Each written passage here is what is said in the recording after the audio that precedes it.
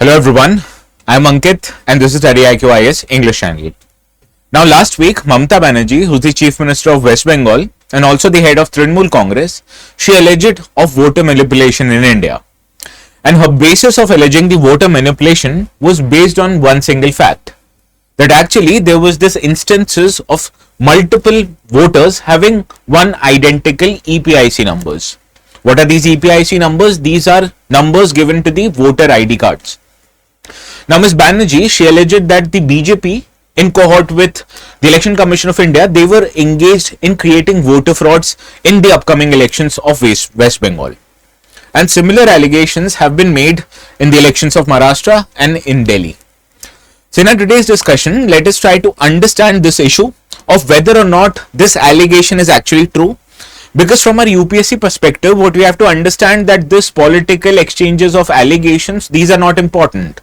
Rather, what is important is how these EPICs are issued. What is the process? And actually, is there a possibility of having similar EPIC numbers of more than one voters? So in that regard, let us discuss first what is an electoral photo identity card. Now, for example, every one of you who is watching this video, and if you're an Indian citizen over and above 18 years of age, you might be having this kind of a voter ID card, and this card is actually what is EPIC, that is electors photo identity card. Now, this is actually an identification document which is given to you by the Election Commission of India, because whenever you are going to vote in a particular election, you have to show your credentials, right? And this EPIC card actually provides you with that credential. And this card is actually issued under the act or rules which has been passed by the Election Commission of India, known as Registration of Election Rules 1960. And the intention of bringing this card was actually to control on the impersonation that happens during the election. Now let us understand few of the important facts related to this EPIC cards. Now these cards are issued only to the registered electors in India. That is only if you are eligible to be called as an elector in India, then only you will be given this particular card by the Election Commission of India. But you have to understand, having this card solely, it does not give you the right to vote.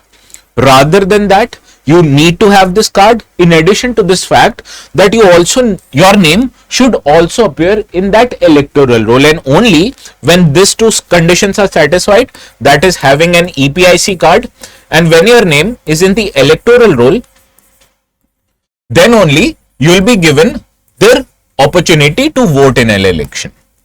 So this is the important fact. And also this card, what it contains your name, age, address, voter particulars, photograph along with the signature of the registration officers. So therefore this card becomes a very important identification document when it comes to conducting of elections in the country. But please remember, having this card itself does not give you the right to vote. Rather than that, in addition to having this card, your name should also be present in the electoral roll, and only then you can give the vote in the election.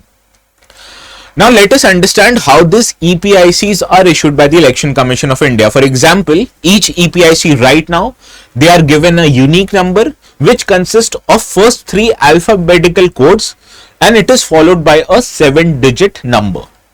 Now this 7-digit number, it also includes a functional unit serial number which is specific for every assembly constituency. So for example, if you're living in Delhi and suppose your assembly constituency is New Delhi, then you will be having a different number as compared to the another assembly constituency, for example Rajendra Nagar. Understood? So that is why each EPIC which is issued right now, it is having a unique number. Now since 2017, these EPICs, they are issued having on the portal known as ERONet portal of the Election Commission of India. And the rules for this allotment is on the basis that a unique EPIC number is generated and assigned whenever you have filed for getting this EPIC. So whenever you are getting your first EPIC number, that will be a unique code. But for many reasons, if you misplace this EPIC card, then the next card that will be issued in your name will be having the same EPIC number that was given in your original card, right? And this does not change even if you make amendments or changes into your addresses and other things, right? So this is what EPIC card is all about. Now let us understand is actually there is a possibility of having same EPIC number for different electors. And what is the Election Commission of India's clarification regarding this allegation? Now, the reasons for duplication, according to Election Commission of India, is that before this ERO system came into place in 2017, before that, the different states had the ability to issue EPIC cards, and different states, they use same alphanumeric series for EPIC numbers. And this, in some cases, have resulted into same different voters having a same EPIC number, right?